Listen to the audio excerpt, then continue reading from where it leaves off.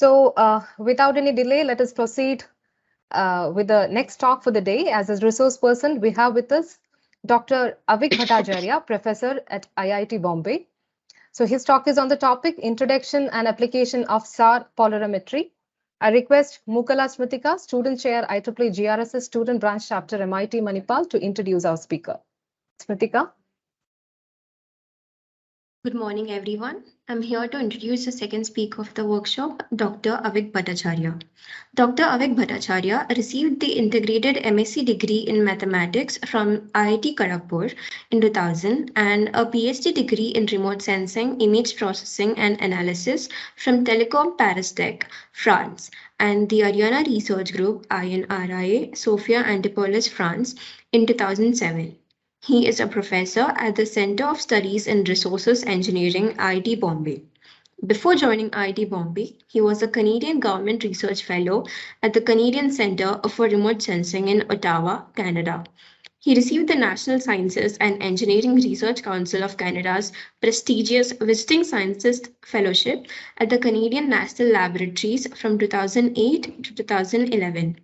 His current research interests include image data polarimetry, statistical analysis of polarimetric SAR images, applications of radar remote sensing in agriculture, cryosphere, urban and planetary studies. We welcome you, sir. Thank you very much. Yeah, thank you, Smritika. And it's a privilege to welcome you, sir, for the talk. You can share your screen and start. Thanks. Thank you. Thank you very much for the invitation first, and thank you very much for the introduction. I'll start sharing my screen.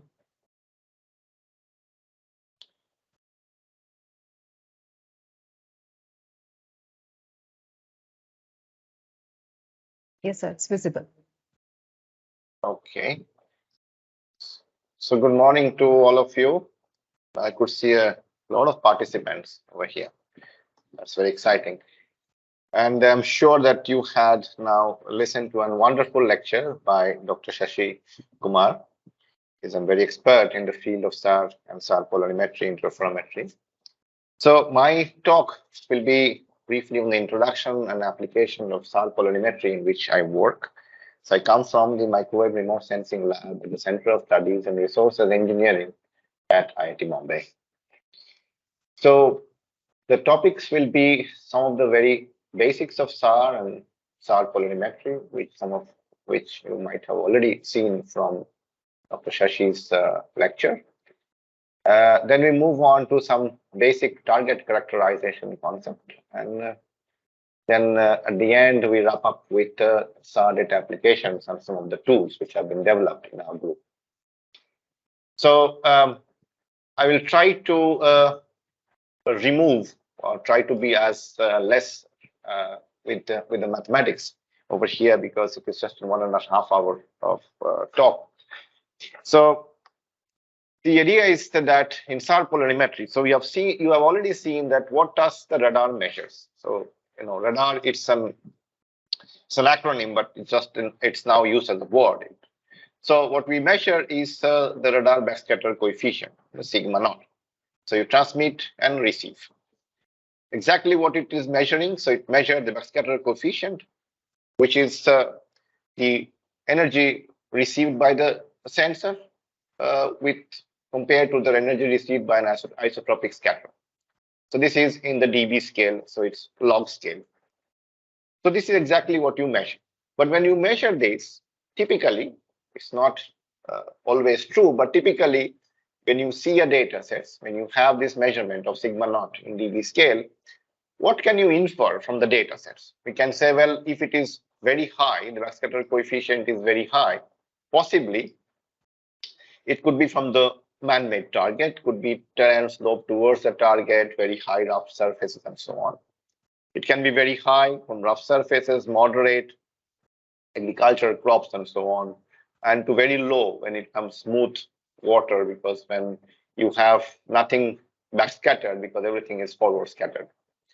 So this is a typical way just to have a first understanding of synthetic aperture radar data, the backscatter coefficient.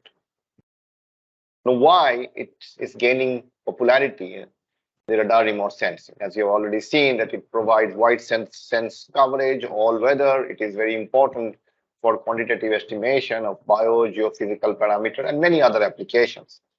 And there's a large volume of data which is now coming from this new dual pole systems and will be there in the future. And this next generation dual and compact polarimetric systems just provide a huge amount of data, which then can be utilized to develop state-of-the-art algorithms for different applications. So this is what is upcoming, and this is the challenge, and this is why we should be understanding more of this data and data sets, and then try to develop newer algorithm. Why it is important from an Indian context? You see, this is an area over the area of Vijayawada, which is actually what is known as the rice bowl of India. It's all agricultural area, mostly paddy over here. Now, if you see this area over from June to November, you see mostly it is cloud covered. This is from a multispectral Sentinel-2 false color composite image. So it is very difficult now to analyze these images because of this cloud cover. So SAR now plays an important role because of this season when we have the Kharif season crops. And you see that this is because of the advent of the southwest monsoon season. We see this cloud formations over here and you don't see the ground. So you don't see the targets.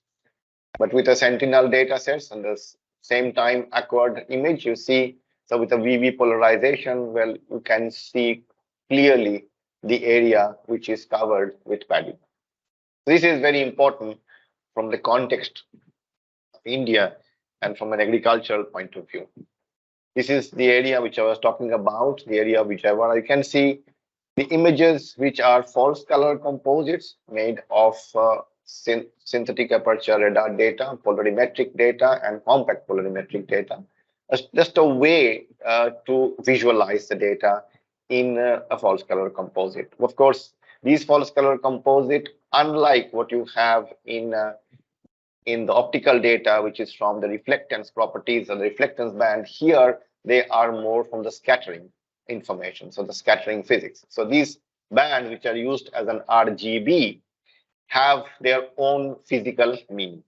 We'll talk about that a little bit later.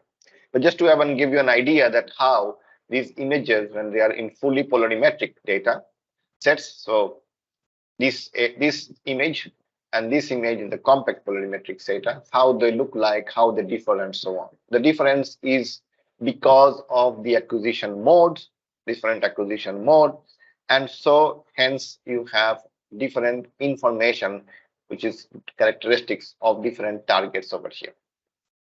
So this is what a full polarimetric data you start seeing and you start to analyze before moving on into much more complicated algorithms and so on. This is the first instant what you get.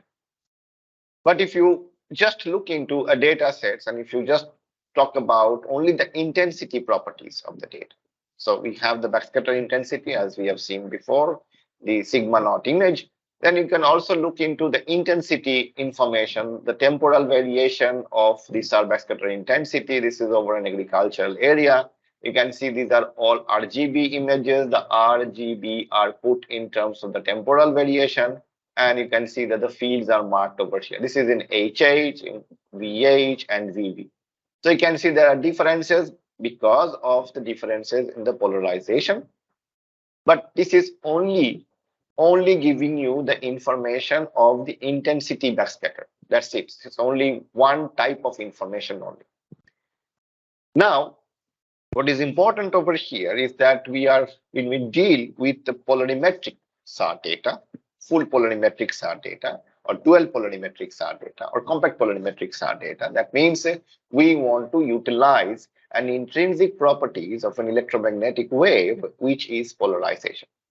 Now, we have studied that the intrinsic properties of electromagnetic waves are interference, diffraction, polarization. So we utilize this particular property is the polarization property of the electromagnetic wave, which talks about the locus of the electric field as it moves in space.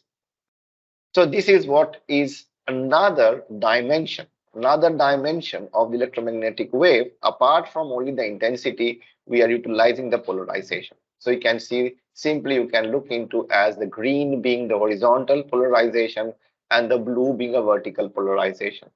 At any instant of time, it will be in general an ellipse. In a very special case, there are two special cases. You can have only one polarization, that will be only linear, or if you have both of them to have equal intensities, both the polarization and there's a phase difference of 90° between them, there's a lag of 90° between them, you have a circular polarization. So that's the two extremities.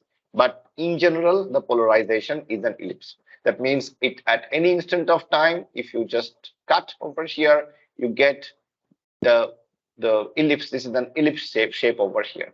And ellipse, as we have seen from our high school days, has several properties. So we just utilize those properties from a mathematical point of view in order to understand the very specific properties of this wave. So this is what is all about the polarization structure. So when you are utilizing a sensor, you are sending an horizontal polarization. So it's a linear horizontal polarization. You are sending a linear vertical polarization. These polarization, they traverse in space and then they hit the target. There's a target. The target can be anything. They hit the target and this interaction changes the polarization.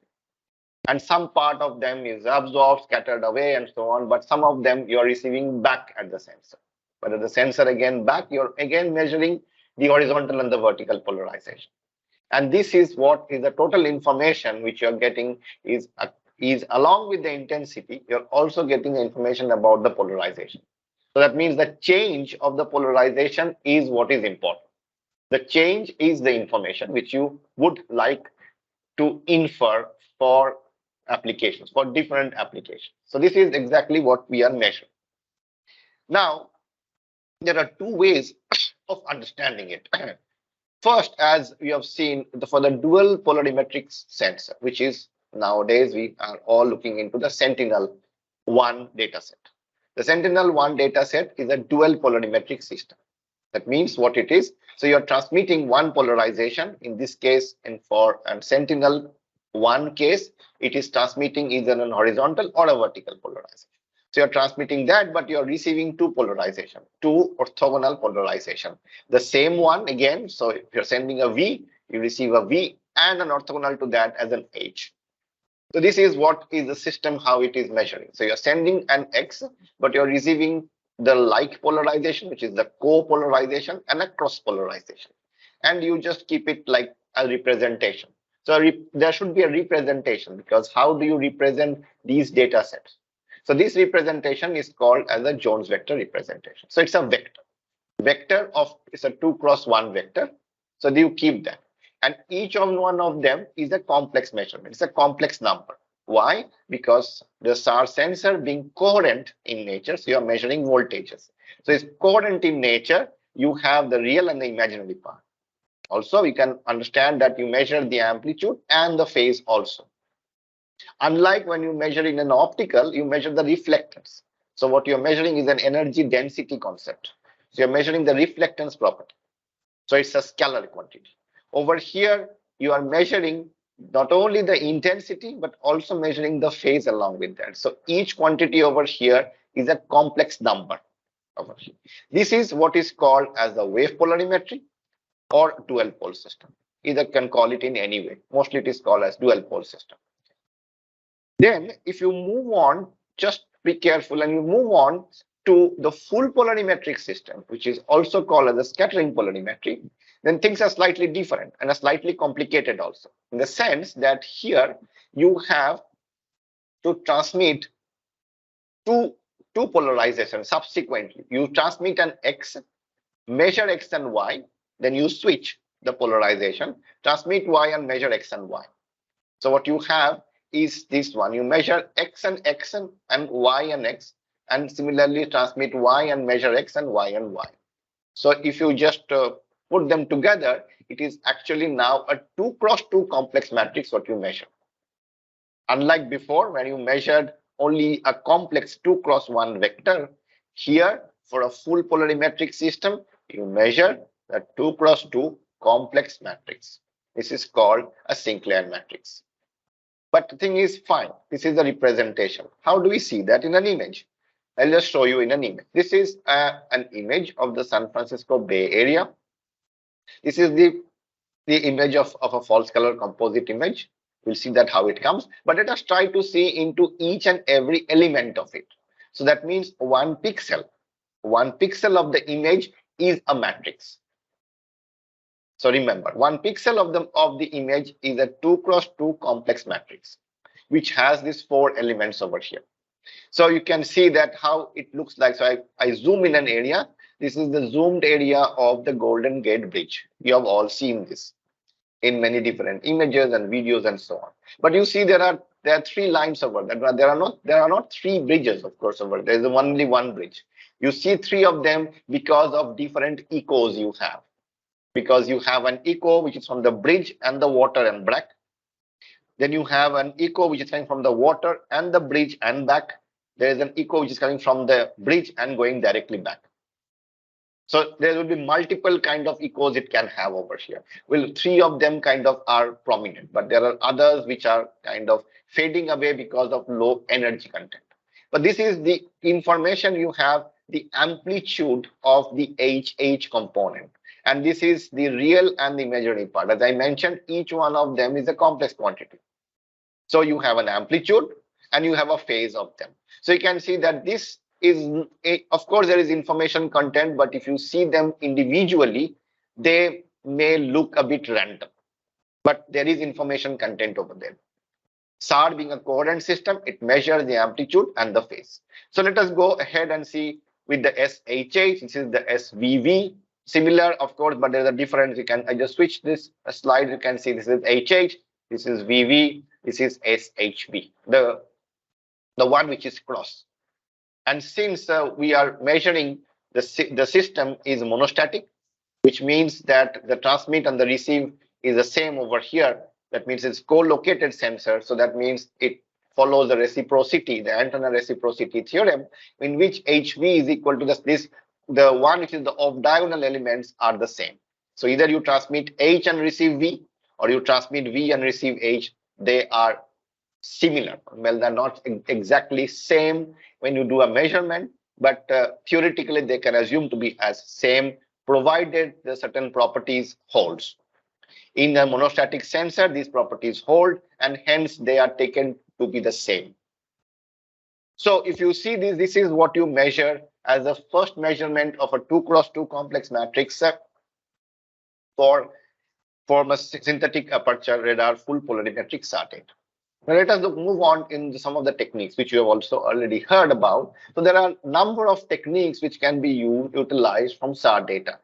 Polarimetric SAR data, written shortly as in short form as PolSAR. You have interferometric SAR, which is InSAR, polarimetric interferometric SAR, PolInSAR, polarimetric tomographic SAR is PolTomosAR, and polarimetric time SAR, which is the time SAR. So it is polarimetric time SAR.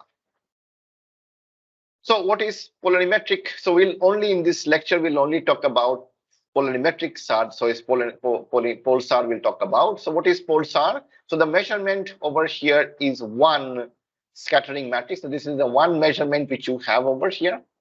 It is utilized for many different applications. You can find out different kinds of scattering mechanisms and so on to understand different targets. This is polarimetric SAR. If you do an interferometric SAR, then you measure from 2 vantage points, the same information, the same area, but from 2 different points. So it is in time, in 2 different time frames, but you are measuring only the sigma naught along with the phase information. So it's only one complex information you're measuring. So you can utilize it for different elevation maps and so on for interferogram generation. The polarimetric interferometric, as you can see, I just switch back and forth, and you can see this is the same as you have in interferometric, but interferometric you are only measuring only one channel. Here I am measuring the full polarimetric information at 2 different instants of time. So more information. That means I am utilizing not only interferometric over here, but also the polarimetric property, and hence the name polarimetric SAR interferometry. Interferometry is only with one channel. Polarimetry, you are utilizing the full polarimetric information. If you combine them, the polarimetric interferometric SAR. It is utilized again for finding out of heights and so on, but it is also utilized to find out the height along with the scattering information. If you move into polarimetric tomosar, things are, if you see that there are more measurements over here from different vantage points, it's kind of slicing the information at different instants. And this is, all of them are polarimetric measurements over here. So it is slicing in terms of slice you are getting. It is important to get much more information about the scattering phase centers of these targets in the height information. And times are, as its name says, that you are measuring from the same position all the polarimetric information, but for different time. This is advantageous for all different kinds of change analysis. For example, snow cover change analysis, for vegetation change analysis, and so on. It's very important because nowadays you get more information, or you get more rapid revisit time, and with the upcoming sensors in the future, you will get, of course, polarimetric information, but with more rapid revisit time. That's why it is more important to do this polarimetric time series analysis. But in this lecture, as I mentioned, we'll be talking about more of radar polarimetry, which deals with the full vector nature of the polarized electromagnetic wave. As I mentioned, that you're measuring not only the sigma naught information, the backscatter coefficient, but also it is measured in terms of the transmit-receive polarization. And this sigma naught, which is measured with transmit-receive polarization, is a complex function of shape, size, incidence angle, dielectric properties, and so on of a target. So as you can see that this is a very complex information which you have. Now, what you do in application, you try to retrieve an information. So the retrieval information is trying to find an inverse problem, is to find out this kind of properties. So this is what is the study all about. Synthetic aperture radar polarimetry is to understand the backscatter coefficient along with the property of polarization. So you are having a large number of space information over here. So the applications are in agricultural land use, forestry, ecology, sea ice and oceanography, geology, cryospheres, and so on. So it could be many different applications in which we use radar polarimetry.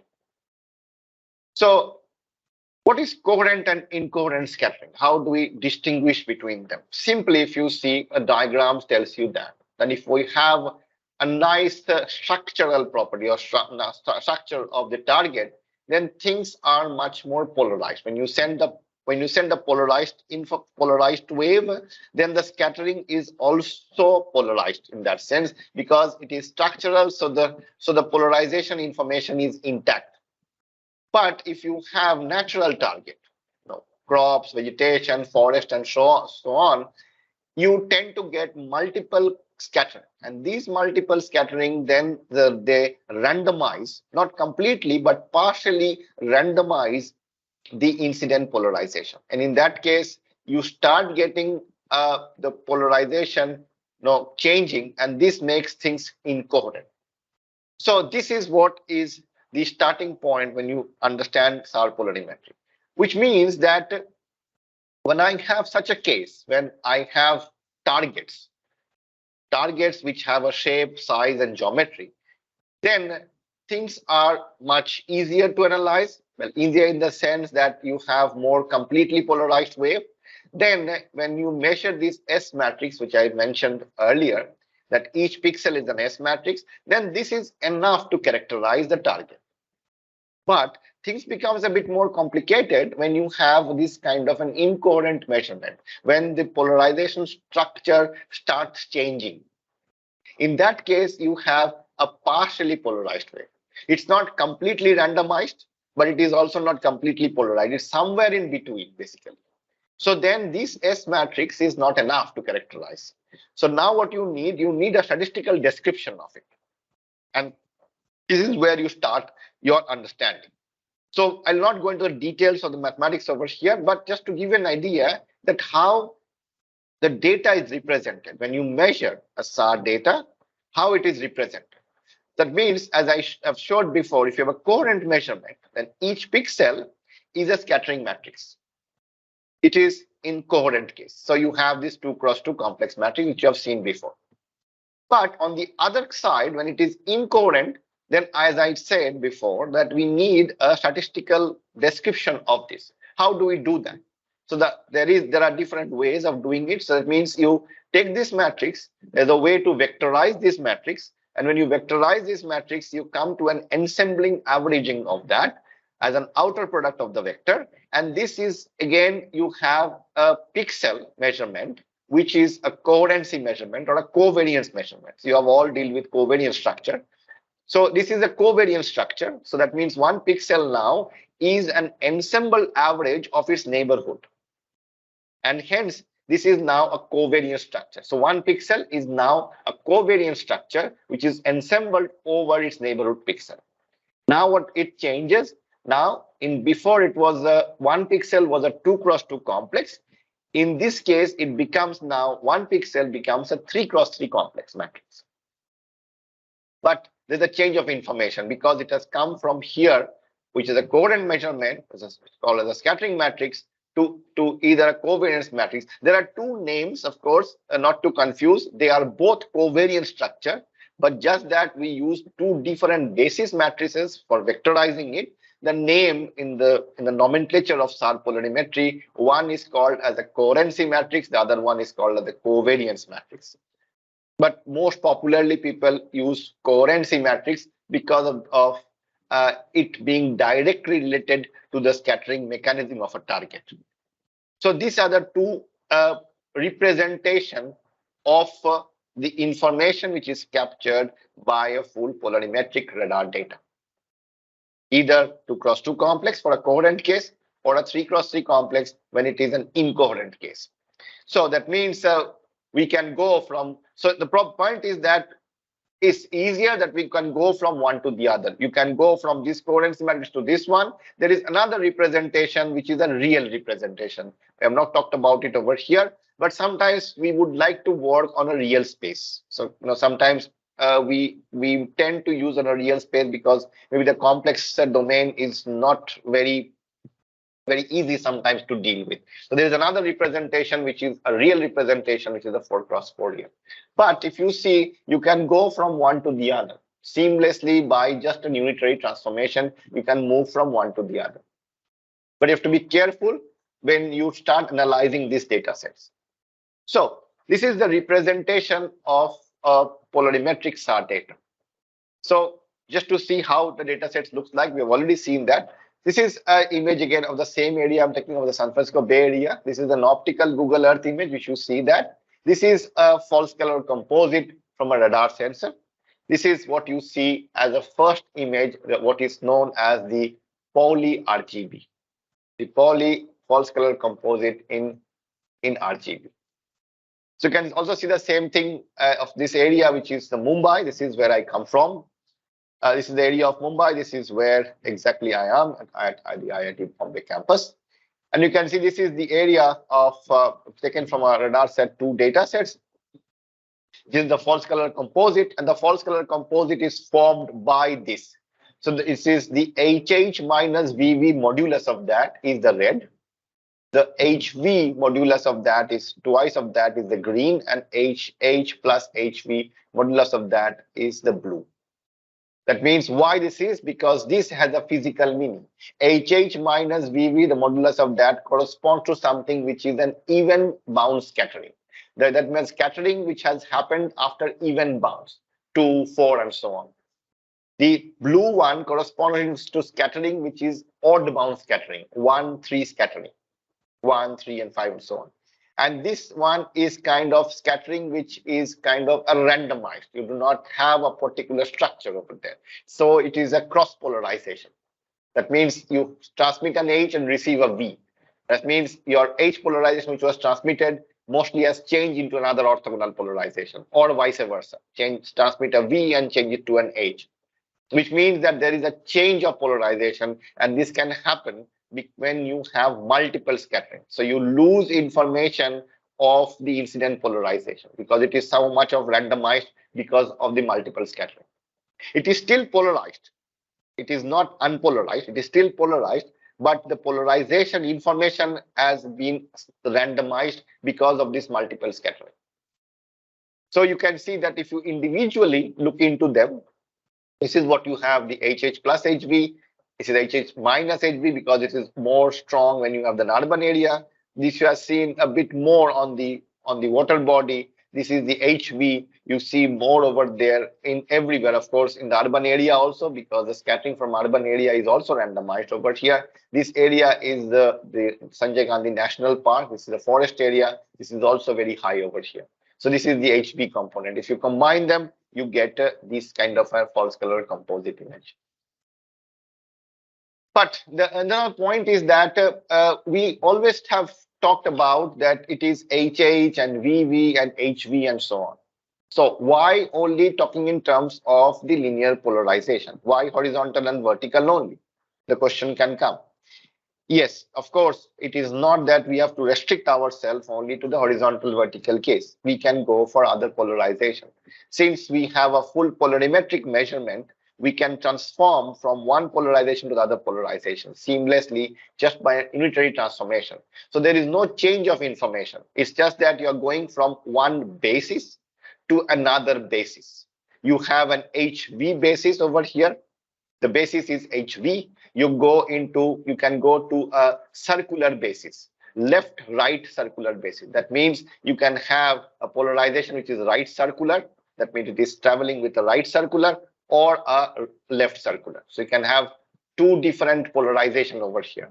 So this is a way you can represent the same image in a left-right circular or any other polarization which is in 45 or 45 minus 1 minus 45 and so on. That means you are changing the basis. Now the idea is that why it is so important.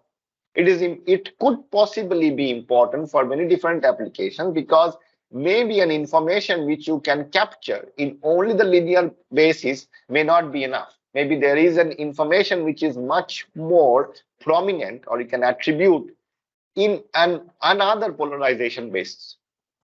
And that is what is important over. That means full polarimetric data sets allows you to look into all polarization bases, and there is infinite number of them you can look into possibly. But we have just made 3 over here, but you can have infinite number of these bases. You can change them, and maybe in some basis there exists another basis, not the HV basis, in which you have more information than in one of them. So that's what is very, very important, and we utilize it for many different applications. So let's come from full polarimetric information towards a dual polarimetric representation. What you have seen that when you have a full polarimetric information, one pixel corresponds to an S matrix over here, the Sinclair matrix, what called the scattering matrix over here. It's a 2x2 complex matrix. But what happens when you have a dual measurement? How can you think of a dual pole data representation? Of course, as you have seen, you measure only 2 elements. So you can think of that it is a projection of the S matrix onto a vector, 1, 0, for an HV case. So your corresponding information is HH and H. That exactly was a dual pole measurement. But also you can have a VVH measurement is also into another basis, 0, 1 basis. That means mathematically the representation is of a dual pole is that a full pole measurement is projected on a vector, 0, 1, 1, 0 vector. And this can be again used to make another covariance structure. As you have made a covariance structure from a full pole measurement, as you have seen, we have taken an S matrix and you have gone to a covariance matrix. You can also measure do the same thing for a dual pole measurement. That means if you want to have this average information, this is what we have. But in this case, it is not it is a covariance structure, but it is now a 2x2 covariance matrix, not a 3x3 covariance matrix. And this is the covariance matrix, how it looks like. So this is the data sets which you start utilizing for dual pole measurement, the Sentinel-1 data sets.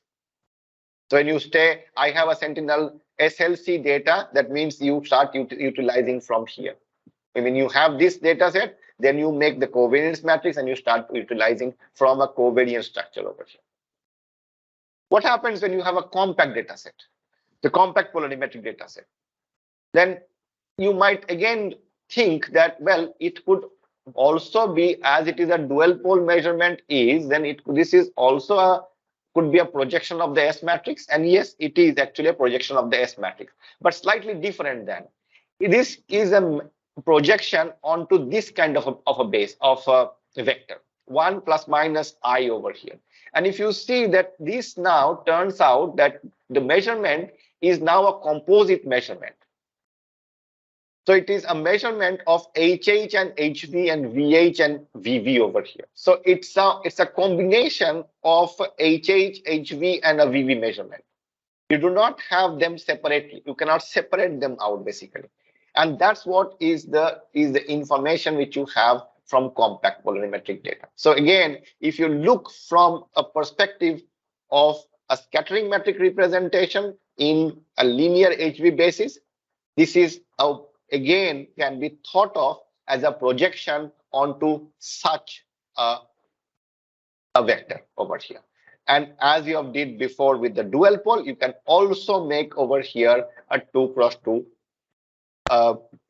complex covariance matrix. This is also possible over here. So by going from here, let's go into the target characterization concept. So now you have the information with you. First, let us try to understand with the core and target information. You have the S matrix. And there are various different ways of now decomposing. So what do you mean by decomposing? You break them into constituent elements which individually corresponds to a target. Individually, they corresponds to a canonical target. That's what it is important. That means this is the measurement I have. I have 1 pixel, a measurement of S matrix. Now your idea is that let me see that if this can be represented into its constituents SI, so it's something similar as the weighted sum, which is a weighted also in terms of complex weighted. And this SI corresponds to targets which are a priori known to you, basically. So elementary target or canonical target which are known to you. So this is what is called as the coherent target decomposition characterization. And of course, people have done a lot in the field of this study. So I just wrote them down over here. So something like, I will just give you something as an example of how do you do that. But means, as I mentioned, this is a full polarimetric data set. So not only that you measure it in H and V basis, you can measure it in any basis. And that's exactly what is seen over here. That means I can have what is called as a signature. So signature of a target, as we all have our own signature, which distinguishes us from one from the other. It may or may not be unique as such, but still it is used to discriminate one from the other. You also have signatures in polarimetric. That means this is a signature which corresponds to a trihedral target, which gives rise to odd number of bounces. This is a dihedral target, which gives rise to an even number of bounces. These are dipole and helixes and so on. These are canonical targets which have their own scattering characteristics. And as you can see that this is actually for 1 pixel. Why? Because I can have for all possible orientation of the antenna and for all possible ellipticities. That means it can be from linear to circular. This is why, as I mentioned, that you have full polarimetric data set. You can make into any possible basis, basically. And that's what exactly is seen over here. You can understand the signature of 1 pixel in all possible bases over here for different targets. And as you can see, they are distinct actually. So the idea is that can we utilize them to characterize target. So I'll go to the example and I show you this is how you can do. This is an image and I take some area over here. I take an area over here and I see that this is what the theoretical signature from a trihedral will look like. But when I measure it, and the actual looks something like that. So, well, it is close to that kind of a target. This is an area of a urban area, and we know that urban area is characterized more by a dihedral target. So this is a theoretical signature for a dihedral, and this is what is observed. Well, close, but of course it cannot be exactly the same. Similarly, over this is an oriented urban area. So an urban area which is oriented to the radar line of sight. The flight is in this direction, it is looking at this direction. So compared to the direction of its looks, the urban area is oriented. If you see the signature, it is something that's like same over here, but translated in the orientation direction. So same over here, but just translated by some angle. So this is translated by 45 degree. But if you see over here, this looks something like this, but again shifted, basically. So that means it tells us that this information, the signature information of a target is so important. And that's exactly what was used for target decomposition. That means I measure something and I can say, well, this measurement is a composite of certain other elementary target with, of course, some weights, the complex weights.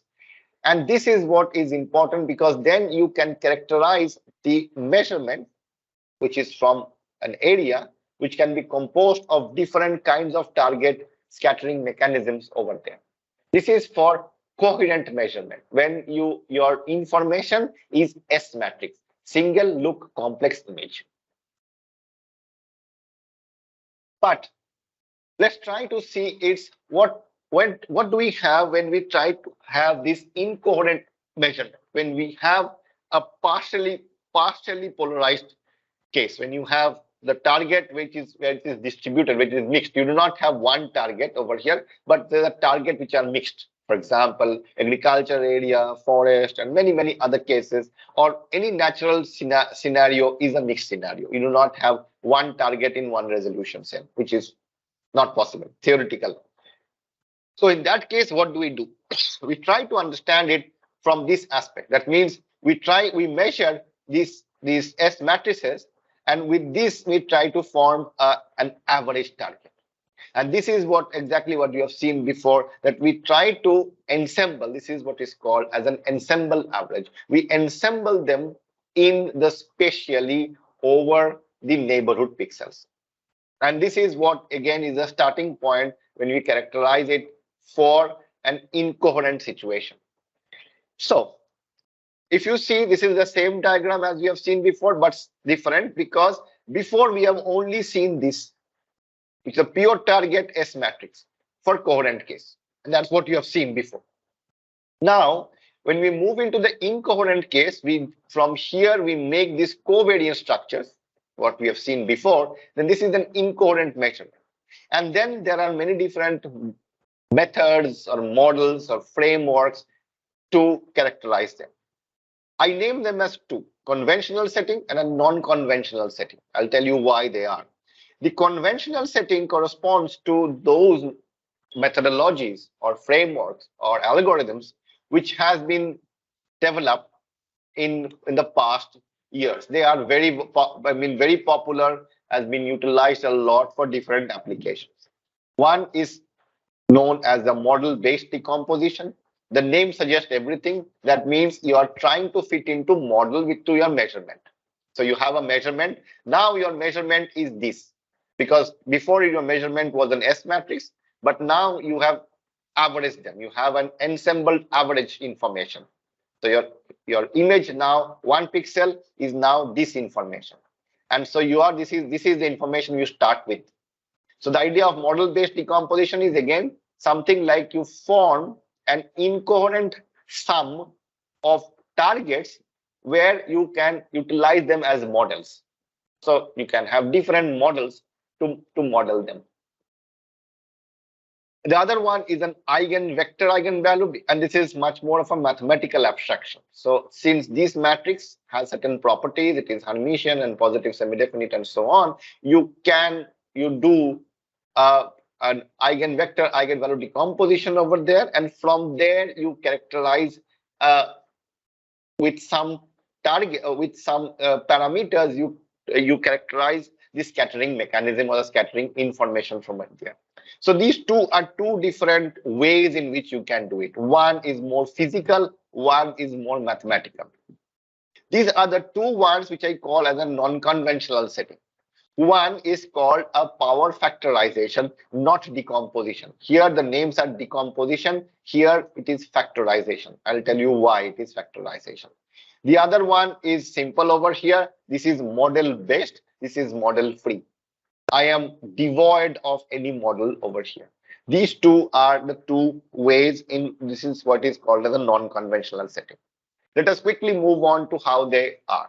So there are many different model-based decomposition. It has been highly reported. A lot of methodologies have been there, and it's been going on and on again in the community of polarimetric research. There are many different models which are model-based decomposition which have been published in the last 10-15 years, and of course there are people are still working in this domain of research. So I'll just show you three main which have been the pioneering research in the model-based decomposition of an area of San Francisco area over here. This was the one we started this the analysis or the idea of model-based decomposition was from Freeman and Durden, and it was a three component. So you have three components which characterizes the dihedral or the double bond scattering, the surface scattering, and the volume scattering. Only three mechanism over here, three powers over here. So you can see this is how it looks like, but it is not enough because there are certain issues over here. But because of this urban area should give you more of double bound scattering, but there is some problem over here so that it gives more of a volume scattering. It was rectified by Professor Yamaguchi in the Yamaguchi four component decomposition, and it was corrected, but still something was left out over here. And it was again by Professor Yamaguchi was made an advancement in that, which is called as the Yamaguchi four component rotated, which means the information, the measurement was rotated with certain criteria. And with that criteria, they were able to get much better information. But still, it was not enough, of course. Then following this, there are many more decomposition which has been proposed in the literature. So this is what is the model-based decomposition, which means that you're fitting into different models to your measurements. The next one is this eigenvector decomposition, eigenvector, eigenvalue. As I mentioned, this is in the way you do an eigenvector decomposition of your measured, and that is represented in terms of some parameters. So you parameterize your eigenvector, and those parameters are then used to characterize it in terms of the scattering mechanism. And this is what is called as the alpha parameter, popularly known as the cloud alpha, by the work which was done by Professor Shane Cloud. So this is the image over here. This is what you see as a cloud alpha image. It's a continuous parameter in a continuous scale of 0 to 90. 0 means a kind of a surface scattering, which is shown over here as the ocean surface. And towards 90, exactly 90 is completely an even bound. So it's in completely an odd bounds and completely an even bounds. In between, you have all different kinds of scattering over here. So this shows you that this information will be useful to characterize the scattering mechanisms for different targets over here. So this gives you the information of the scattering type information. What is the type of scattering? Is it odd bounds, it is even bounds, or somewhere in between, or so on and so forth, because it's a continuous scale over here. But another property is important, is about the randomness of scattering. The scattering as a type, but you do not know about the randomness of it. The randomness over here is the statistical property, is the entropy over here. So you have to characterize the entropy information over here. And this shows the entropy between, of course, it's scale between 0 and 1. 0 means no entropy. So it is 1 means completely random over here. So if you see over here water body, of course, it will be non-random, so no randomness over here, or very, very low over here. And if you see those areas which are vegetation over here, the randomness drastically increases over here. The urban areas are somewhere in between. It's high because of the scattering, multiple scattering. The multiple scattering makes it more random in the sense, but it is not that high as a random over here. So this entropy information is important because it characterizes the randomness, whereas the scattering type information characterizes the type of scattering. So both are important. And with that, they made a space, a segmentation space. So it's very physically governed space. So if there is no way of doing any kind of machine learning or kind of technique, it's very, very physically based clustering mechanism. So you just put an alpha on the y and the entropy on the x-axis, and you have a boundary over here which is also theoretically governed, and in that you can make 8 different clusters, all depending upon the physics of scattering. And with this you can make 8 different clusters, and this is what is called as the H alpha segmentation space. Very much has been used a lot, of course is being used till date, very, very popular in the domain of polarimetric SAR data analysis. So something like this, you can make this with the occurrence plane, you can make the H alpha occurrence space, and you can make this as a segmentation space. You can put 8 different colors, got 8 different clusters over here. Has been very popularly used and been modified by different authors and different researchers across the globe. But the original form of the H alpha segmentation space is a very, very interesting and a very nice way of analyzing a full polarimetric SAR data. After this, there has been several advances which have been done in the domain of SAR remote sensing, SAR polarimetry. There has been adaptive way of transformation. There have been different model decomposition, utilizing statistical information theory. This has been the one and the only one in the domain of SAR polarimetry. There has been also model-based decomposition, but characterizing different kinds of correlation and decorrelation of polarization channels. There has been a lot of analysis on compact polarimetric SAR data and so on. So the idea is that we have a lot of methodologies has been generated, and there are all these different methodologies are very, very useful for analyzing full polarimetric SAR data. So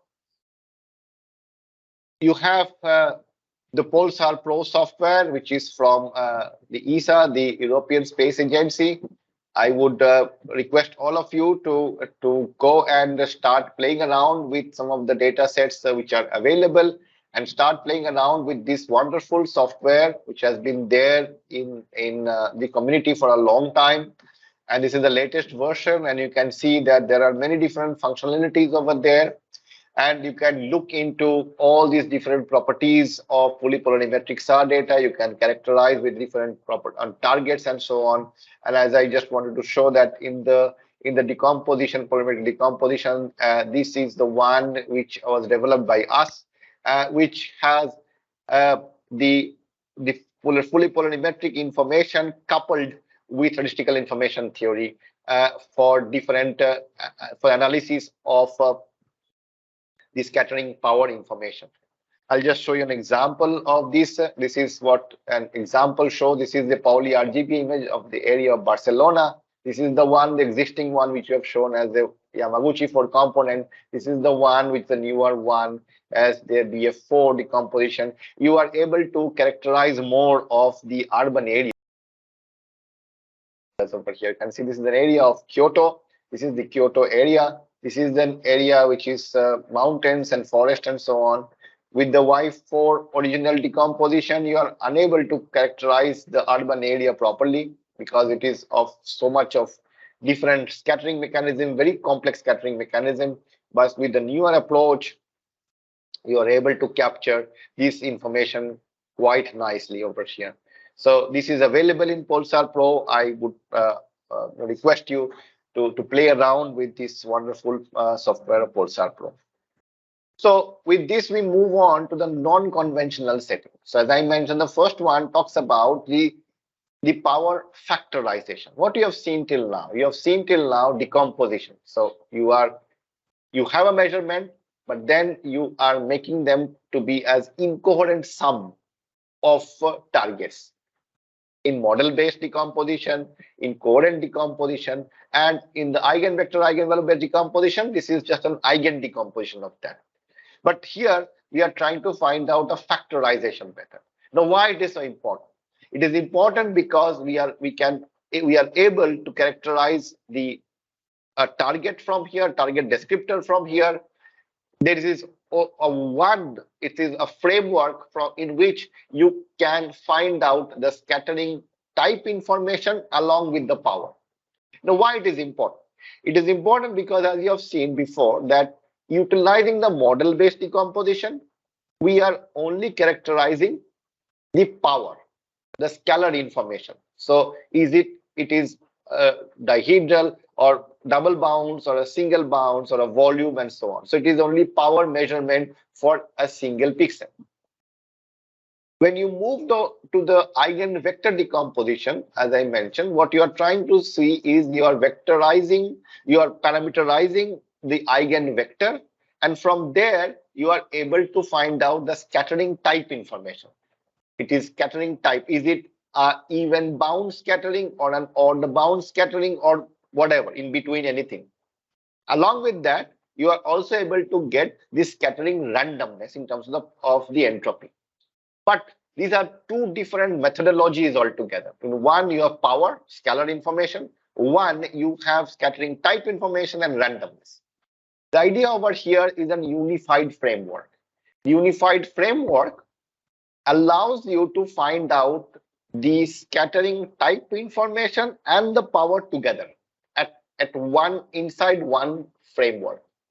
And this can be utilized for different Earth observation. This is what has been developed by students from our lab.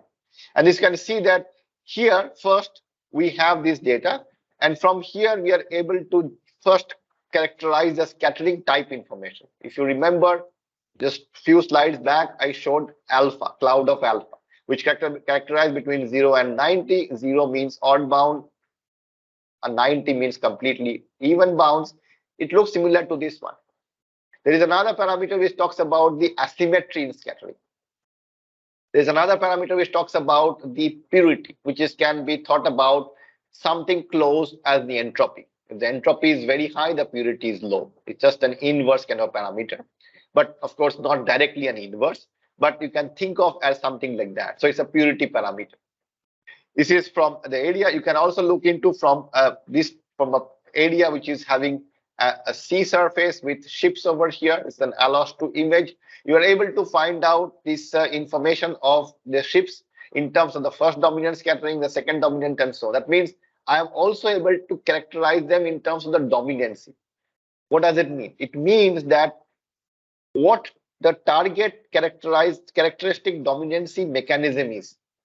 Is it a dihedral or a narrow dihedral or whatever it is? There are so many names are written over here. These are all the target characteristics, all the target information. So is it dihedral or a narrow dihedral? Is it trihedral or a cylinder, and so on? So you are able to characterize those targets in terms of the dominancy. This is the first dominant. Second dominant, and from there onward, this goes on into kind of being noisier and noisier, which is understandable. So, for example, in this image, you can also find out something like this. This is an area of the San Francisco Bay Area, urban area over here, water body, some vegetation over here. You can clearly see that you have distinct way of characterizing targets. This is the first dominant. This is the second dominant. But if you move on to the third and so on, everything start becoming noisier, which is very true and understandable over here. So this is another way of characterizing the dominancy mechanism also.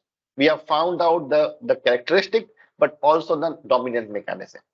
You can also characterize them, also cluster them in terms of only 4 different mechanisms. Even bounds, odd bounds, helix gives you asymmetry and volume, which very clearly captures this area of Mumbai over here. And finally, as I mentioned, you can also compute the power information, which you already have seen.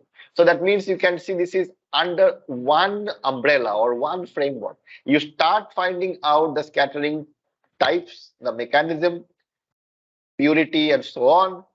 But at the end, you also can find out the information which is coming from dihedral or surface or volume and so on. So from here, this is what I was mentioning about the scattering framework information. So this is the framework in which you are able to characterize starting from mechanism to power. Unlike the one before, where you have one method dedicated for power measurement, scalar measurement, the other one dedicated for measuring the scattering type information and randomness. So this is what I call as a non-conventional setting and the power factorization. The other one being the model-free decomposition. Now, why it is important to be a model-free decomposition? Well, because of its uniqueness. And we have done this in a very different way. So we have the elements of the coherency matrix, we utilize them to find out this model-free.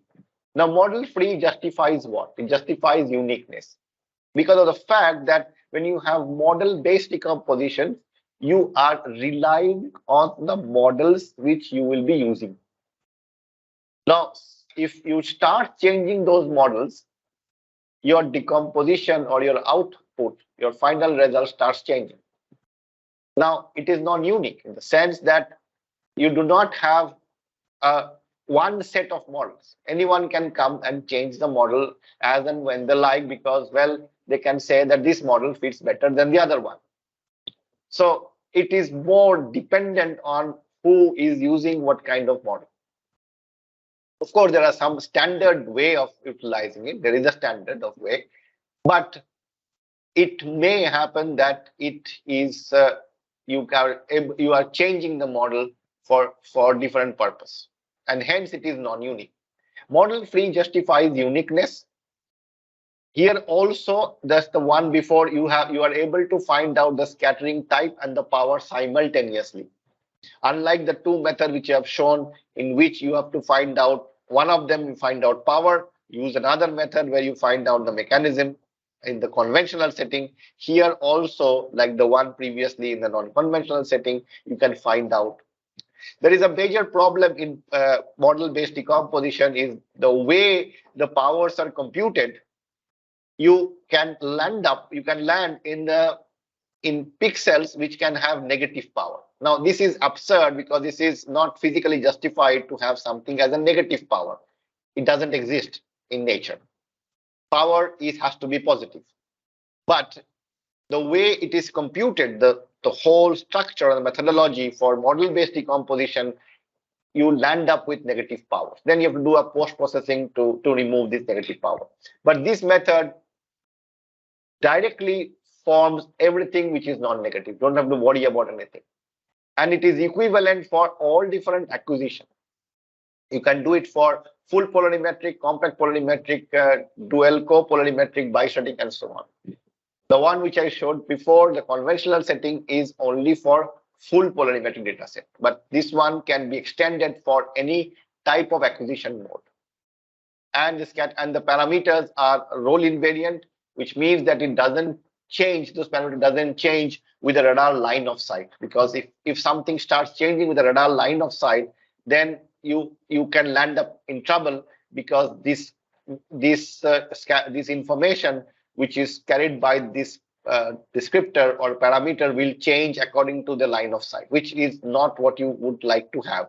So what we call as, it should be role invariant. Role, of course, as you know, role, yaw, and pitch. This is the role is the radar line of sight. It should not change with the radar line of sight. So all these things are very, very important, because that this gives you this information which one desires, that it should be model-free, unique, non-negative, and role invariant power information. So one example to see that is that this is the image of an L-band allosteric image of over Tokyo. This is the scattering type information, which is called as a theta FP. For FP stands for full pole data set. So you compute this information and the power simultaneously. This is the power information. The red is the one dihedral, the bluish one is the one which is the surface, and the volume is the greenish one over here. So you compute everything at one go again. You compute the scattering type information, theta FP, and you also compute the power information also. So this is what are the methodologies or the algorithms framework which has been developed. Of course, there are many more. These are the one which I'm shown over here for polarimetric SAR data. For full polarimetric, you can use for compact. Some of them can be used for dual and so on. So you have to be careful which are the data modality you are using. Not all of them can be used for all these modalities. So to be careful in that sense. Let's go into some of the applications, of course. Only a few of them I'll show. So agricultural application is very, very important. So what we are doing, research has been there for all agricultural applications for various different areas, crop biophysical parameter, classification, yield, soil moisture, temporal analysis, to risk management, and so on. So there are many different directions in which you can go for using remote sensing, satellite remote sensing data for agricultural application. And of course, SAR can be used, of course, but it has its own limitations. But it is very, very important for agricultural applications. Sometimes it is also important to utilize SAR along with an optical. So SAR, optical, fused data sets, or any other kind of data sets are useful for agricultural application. I show you the same area over which I have shown and during my first few slides of the area of Vijayawada. We have been working over here for rice crop analysis for a long time over here. This is an image of a radar set 2 of the area of Vijayawada. You can see that the red area corresponds to rice cultivation over here. So the green area over here corresponds to some of randomness in the scattering because of some forest and so on. And you can see the red areas are the rice fields over here. And so there are some bluish which are corresponding to the bare fields over here. And this is the Krishna River in between. So trying to see some of the results which we have done. So this is a temporal series of the area, which is from 6th in 2018. We have started collecting. You can see it is of the one season of the crop. So you can see this is a parameter which is called the radar vegetation index, has been utilized a lot in agriculture community. This is the one which has been developed by us, which is called as the generalized radar vegetation index.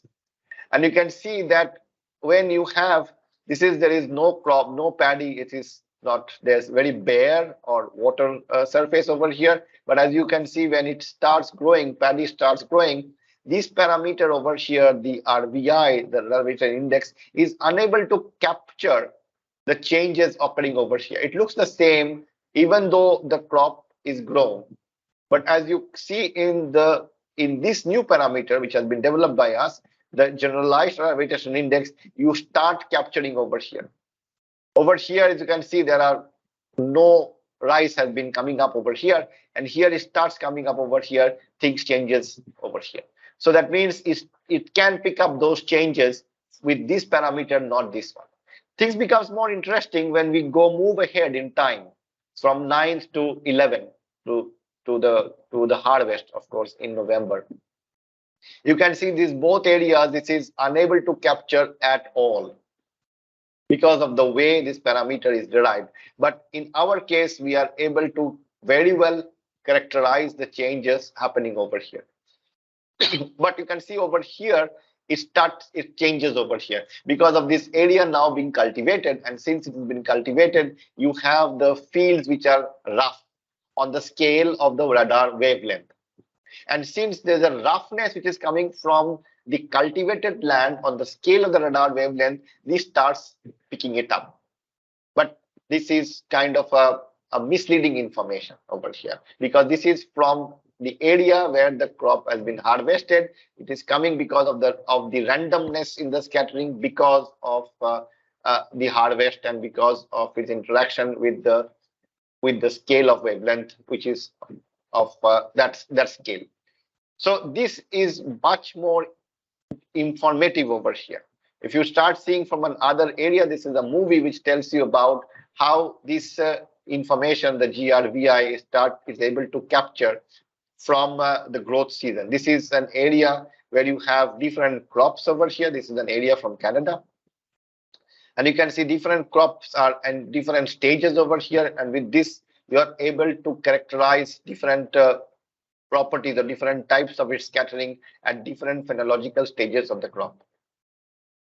We have made some analysis ready product, which is the PIA and the plant area index and the biomass, utilizing Sentinel datasets, Sentinel-1 datasets, and also with full polarimetric datasets.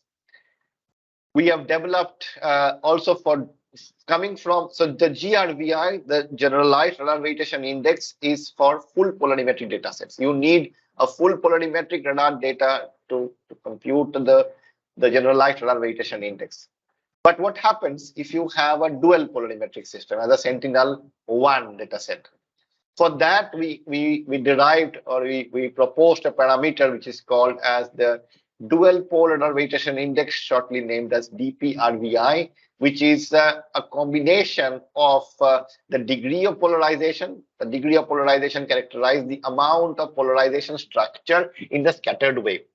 And this is for the 2x2 complex covariance matrix, as we have seen before. As I mentioned, that if you have a Sentinel-1 kind of data, Sentinel-1 data, the Sentinel-1 data in an SLC product, a single loop complex product, which means you have the information of the amplitude along with the phase, and hence you can form this C2 matrix over here. C2 matrix, which is a 2x2 covariance matrix over here. You can form that, and you can derive the degree of polarization from this 2x2 complex matrix over here. So utilizing this, we have defined this degree of polarization and also a degree of dominance over here. And utilizing this, we have derived this very simple looking parameter at DPRVI. If you see this parameter in a polar coordinate scale, then you can see that if you have a case where you have where m is equal to a completely random scattering over here, and where you have the case 2 where you have a pure scattering over here, you see that you can see that the vegetation growth is moving in this space over here from here being bare soil, from exactly over here be completely random. Of course, we cannot have completely random for vegetation because again it is partially polarized. Nothing is completely depolarized. You cannot have that in nature. So nothing is completely random. Everything is partially random. And completely case where you have bare soil, where you have pure scattering. Well, again, nothing is pure as sense. You cannot have a pure unless and until you have one target. So you can see you start from a bare soil and you move over here and you come when you have very vegetation which is totally a growth state vegetation. So slowly in this space, in this polar coordinate space, you will be able to track these vegetation growth stages over here. And you can see that over here you are able to look into the stages of different kinds of crops in terms of its growth stages.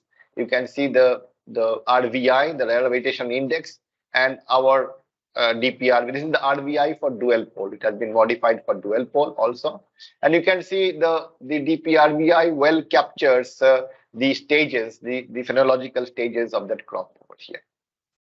But there is another product which is given by the Sentinel-1, which is called as a GRD, the ground range detected product. This, unlike the SLC product, do not have the phase information. So it is only intensity product. The SLC product is intensity along with the phase. And since you have the intensity along with the phase for an SLC product, you can form the 2x2 covariance matrix, as I mentioned earlier. But for the GRD, it is only the intensity product, which is given by Sentinel again. So you cannot directly have the dual pole vegetation index, which we have proposed earlier. For that, we made another product, which is the DPRVI, we call it DPRVI-C over here, which is for the GRD product, which also gives similar information as DPRVI for SLC product. And as you can see, this is utilizing nothing but a simple ratio. Q is the ratio between the cross pole and the copole. And we say that it is between 0 and 1. It is normally between 0 and 1 for natural target. It might go beyond 1 for areas which have very coherent information. But since we are dealing with agricultural area, natural area, this condition is mostly justified, or it's mostly true. And if it is true, then we utilize it like this as a parameter over here, which is a DPRVI-C, which is between 0 and 1. Utilize this 2 parameter, which is called as the degree of dominance, similar to what we have as the dominancy parameter, if you remember. And there is a parameter which is the copole purity parameter. So we utilize these 2 parameters, which is the degree of dominance and the degree of copole purity, and utilize them to find out another parameter, which is the DPRVI-C, a GRD equivalent of DPRVI for SLC.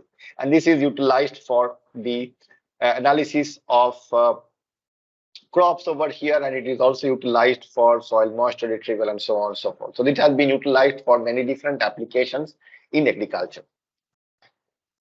Urban applications, of course, it is very important to look into urban change analysis. So you can see that this is an area of an area in Los Angeles, and you can see there's a change of the urbanization over here from 2009 to 15.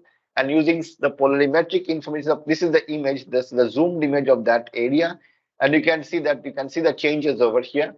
And utilizing polarimetric information, we are able to characterize these changes over here. So these 2 images you can see are some descriptors, which is from a normalized descriptor between 0 and 1, which then tells you about the changes happening over here. This can also be utilized to form out some kind of an index. We all have used a lot of index in, you have already used an index in optical data set. NDVI is, of course, the most commonly used. So it's a vegetation index. So like that, we have also proposed an index which is for urban area. Of course, in optical also you have built up index. Here it is radar built up area, radar built up index over here from 0 to 1, 1 being urban area, 0 means no. And you can clearly see this is for the area of Mumbai, and you can see this is the built up area. And if you just do a threshold of that in a 0.5 threshold, or you can use some other methodology of Oates-through thresholding, some thresholding methodologies, you are able to see urban and non-urban areas. So it's a binary image of urban built up and non-built up area. So this is a very nice information in terms of an index, which can then be threshold either at 0.5 or using some other methodology. You can find out these urban maps or built up map. You can. Different clustering techniques can be done just utilizing the polarimetric information. Over here, if you remember, we have seen the H alpha space in just a couple of slides ago. We have seen the H alpha segmentation space. Similarly, also you can use the PGD, the purity and the alpha, which has been proposed by us as a space over here. And this space looks something like this. Here also, like the one which you had before, you can also have 8 clusters over here, similar to the H alpha case. And here you can see this is a simple way to cluster it. So the urban area are formed within these clusters over here. The water body over here is formed in this cluster, and so on and so forth. So without having any applied knowledge, nothing, it's just the data, and the physical scattering mechanism from the data has been put over here, and we are just getting a scattering, a clustering information based on scattering. These divisions are taken from some theoretical models. So the theoretical model says that these are the one where you have some changes in the scattering, and those has been taken over here, and you are just utilizing them to find out the mechanism and the cluster formation over here. There could be another one which is again segmentation based on physics of scattering. So again, no a priori knowledge of anything, only the scattering physics information. And if you remember, we have used the parameter which is the theta parameter, the scattering type information, and along with that you can use an entropy parameter. Entropy is the randomness parameter, and seamlessly you can do it for full pole and compact pole. If you see the one before I showed, it was done only for full pole data set. But what happens if you have a compact data set also? This can also be done utilizing this kind of a methodology where you have the alpha parameter corresponding to full pole. So I wrote alpha x. So x can be full pole, x can be compact pole. But you can see the spaces are different a little bit because this is the area, the hashed areas are the non-feasible area. The non-feasible area in full pole and the non-feasible area in compact pole are different slightly, but otherwise they behave in the same way. And the hx is correspond to the entropy information, or the 1 minus, basically the 1 minus entropy information. X again corresponds to either full pole or compact pole. And you can always designate them into something. So you can form 12 clusters over here and designate them as being Z1 to Z3 as in this category, and similarly the other one over here. So this is very important because this corresponds to an even bound, this corresponds to an odd bounds, and these two in between correspond to different degrees of multiple scattering. So you are making it much more finer. So before that you had 8 clusters. You're now making it into 12 clusters. So the two extremities are even and odd, of course, but within even and odd, you have low, medium, high entropy. Similarly, for odd and even, you have the same low, medium, high entropy. But you also, for the multiple also, you have again low, medium. But again, multiple is broken down again into 2 sets over here. So it's multiple even, multiple odd over here. And you can see that you can form 12 different clusters over here. And this can be utilized for different applications and to have a clustering or segmentation information from full polarimetric or compact polarimetric SAR data.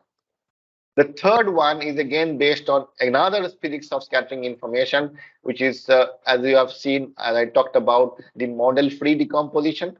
Utilizing the model-free decomposition, you can also propose a segmentation methodology, and this is what we have proposed. So we have broken down the even bounds and the odd bounds, the diffused, into many different categories. Here there are 4 powers. So there is power of even bounds, power from odd bounds, power from diffused, and power from helix scattering. Helix is the asymmetric scattering. And we are calling diffuse scattering. Be careful over here. Before, when I was talking about model-based decomposition, I was talking about volume scattering. So normally you hear people telling odd bounds, even bounds, and volume scattering, or double bounds, single bounds, and volume scattering. Volume scattering is when you have a model for a volume. But if you remember in this case, when I called it as a model free, there is no model. And hence, the scattering which corresponds to this randomness in the scattering is now called as a diffused scattering over here. It's not called as the volume scattering because there is no model for a volume. It is model free. So to be careful over here. So you have even, odd, diffused, and helix, which is an asymmetric scattering. This occurrence of this is very, very low in an image. It can happen because of very typical, very special kind of scattering, but scattering from a combination of certain double bounds scattering in a resolution cell. It's a very peculiar kind of a scattering. You don't find a lot in any images. Their percentage is very, very low, but it is a mechanism. It can happen. This is a generator of asymmetry. helix scattering can be thought of as a target which changes a linear polarization into completely circular polarization, which is very difficult to have, which is very kind of a very special kind of target it has to be. That means helix by itself is not a scatterer as such, but it is a combination of double bounces in a very, very particular way.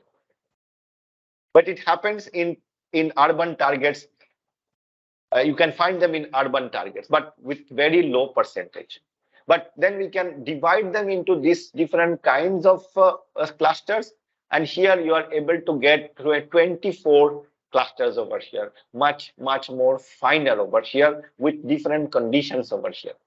So if you would like to have much more finer details in the segmentation and coming from a full polarimetric data set, you can utilize them. So moving ahead, that now how do you use them? You have to, all these are theoretical things, so you have to use them. So I just put your attention to this snap toolbox, which I am sure that you are aware of, the snap toolbox from the ESA.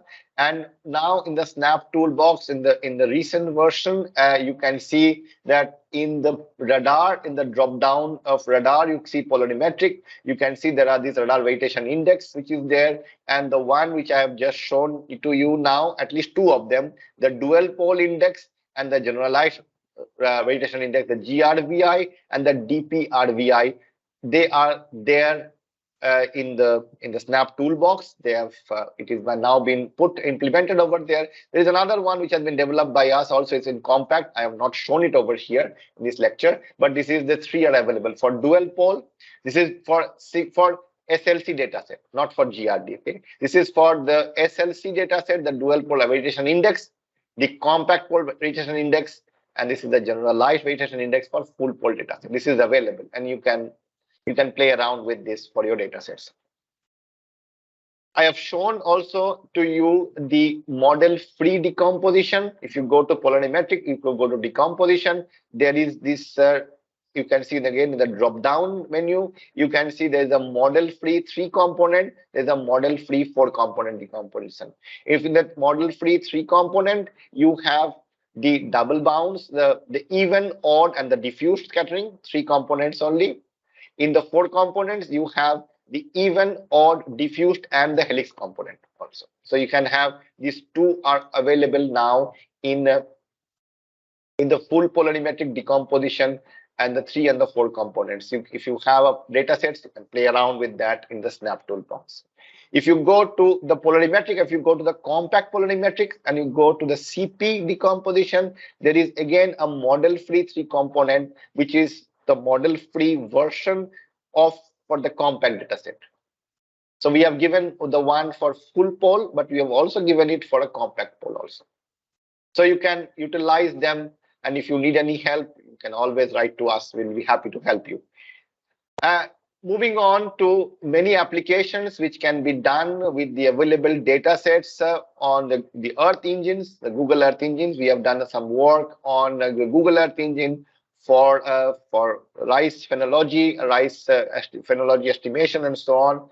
There are also work has been done for flood mapping. This is for the Kerala flood mapping. This has been done with it's named as GEE, the Google Earth engine for flood mapping. It's with using the Sentinel-1 VV image, and these are all very important applications which can use the Sentinel-1 in the dual pole image, but directly on the cloud-based platform.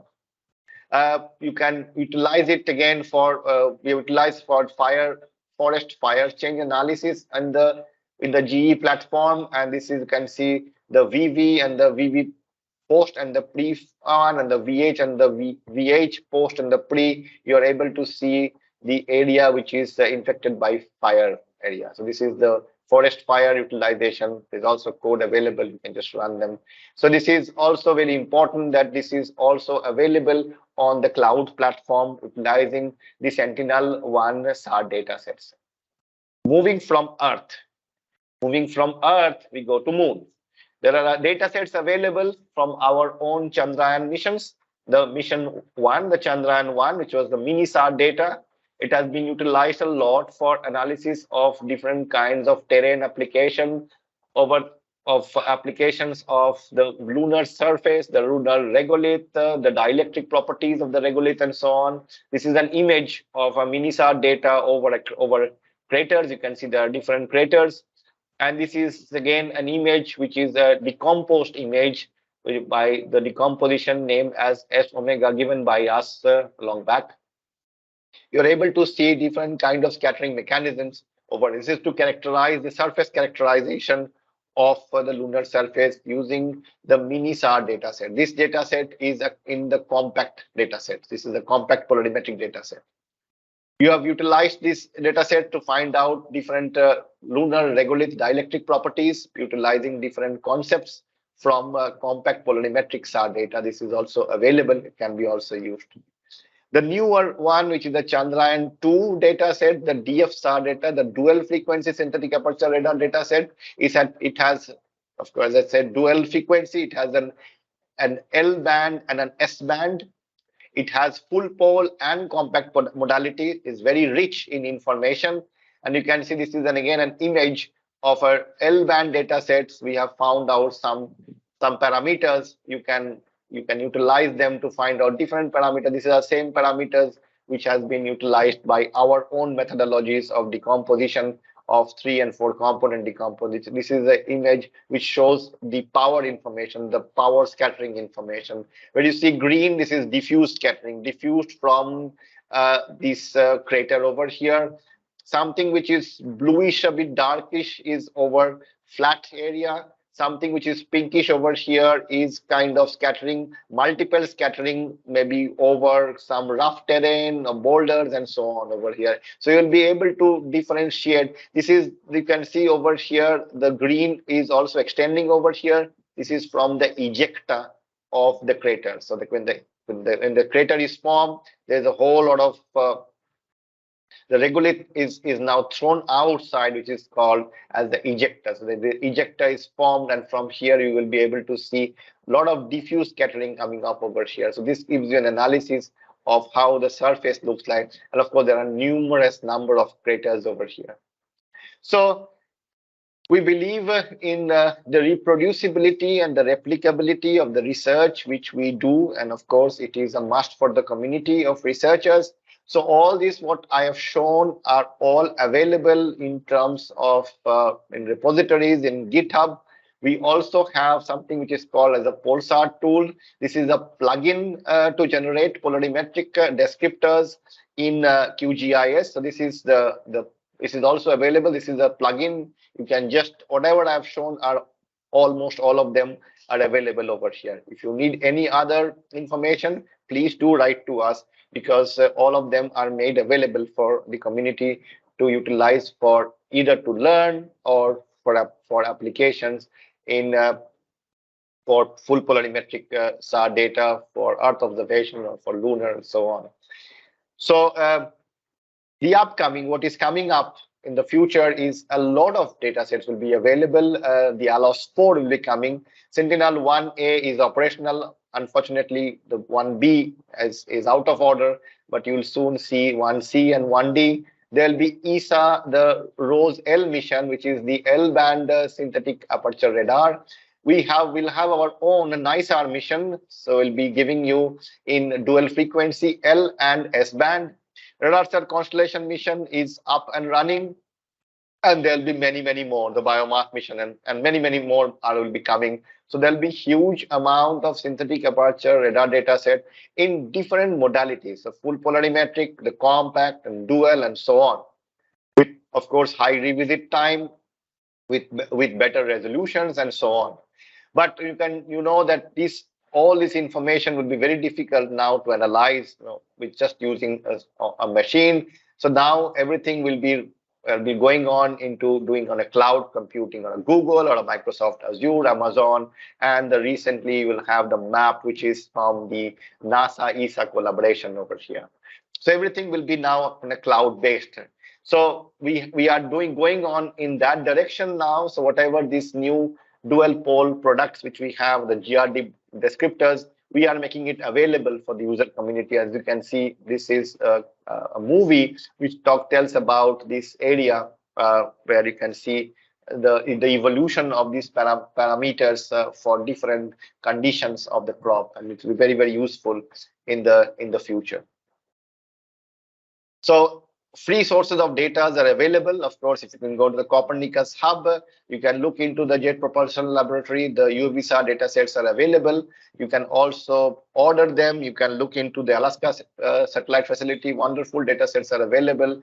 And there is data sets are available as sample data sets for the Pulsar Pro biomass, the bio version, the latest version. There are sample data sets which you want to play around, or if you want to look into some of the theory, you want to see how they are working with the Pulsar data sets, you can also look into there. And also you can also look for data sets. You can apply or send a proposal to NRSC for data sets which they have. A lot of wonderful data sets are available with them, and these are sometimes, well, not available for free, but they can give you, if you write a proposal or talk to them. Wonderful data sets are available with the new RISAT mission. There are books available on radar polarimetry and applications. So some of them are standard books over there which are available. If you would like to learn more about the theory, and all of these are very, very wonderful books written by all these researchers in the field of radar polarimetry. This is the one which is an open access book which is available. This is the polarimetry about your data principal application, and this is a book which was written by us, by me and my students, which is specifically for radar remote sensing, polarimetric and compact polarimetric and dual polarimetric for agricultural application. And this is the book which is about very timely investigation of radar remote sensing data for crop monitoring. So I finish up over here with thanking all the collaborators who have been there with us for a long time and have been there for different analysis and developments and applications of radar polarimetric, compact polarimetric, and dual polarimetric SAR data. Thank you very much, and maybe we can have a few questions if you have any. Thank you. Thank you so much, sir. A really insightful talk. You have given a very clear explanation about the topics you covered. As a remote sensing aspirant, the talk was really informative for me personally, and I'm sure that all the attendees are equally benefited. Hearty thanks to you for accepting our invitation and being with us today, sir. Participants, if you have any queries, you can ask now. I have enabled the mic for everyone. Kindly raise your hand and unmute your mic and ask questions. Pratiksha, ma'am.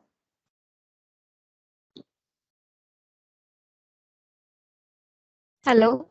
Yeah. Hello. Yes. Thank you, sir, for the very detailed and insightful talk. So I have a question regarding the fusion technique that you mentioned. So consider the context of crop classification. So this can be achieved using either hyperspectral or SAR. So my question is, like, what is the limitation of the, like, using individual data sets, like just hyperspectral or just SAR? And what is the value addition that fusion would provide? Okay, good question. Yes.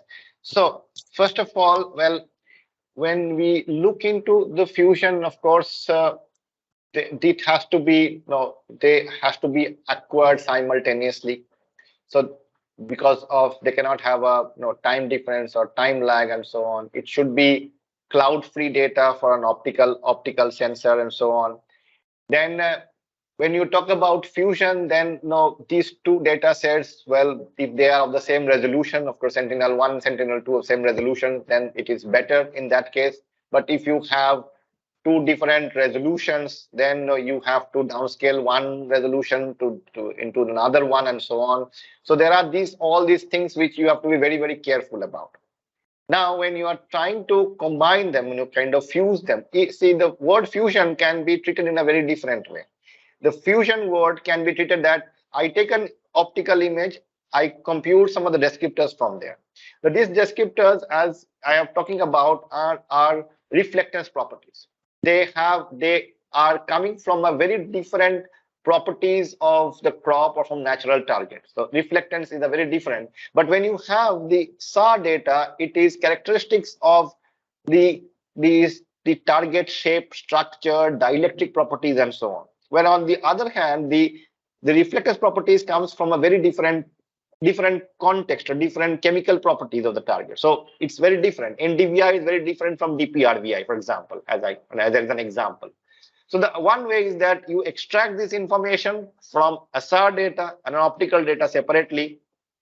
You form a huge vector of descriptors and then you do your study. That is one way of doing it. But the other way could be that you want to somehow combine these two data sets information at one go, then compute a descriptor out of it, which is could be quite challenging in the sense because both of them have different information. So the descriptors which come out from a combined information of them should have a physical meaning. They themselves separately can have a physical meaning, but then this fusion, this is actually fusing two data sets to information, then extracting information out of it. But when I say I am only computing information separately from an optical, separately from a SAR data and keeping as a vector, this is not fusion per se, I would say. This is just kind of putting them as a one vector. The other could be that you do all of this, take these data sets and an optical and an SAR data, you compute whatever you have to compute, any biophysical parameter, and at the end you fuse the product.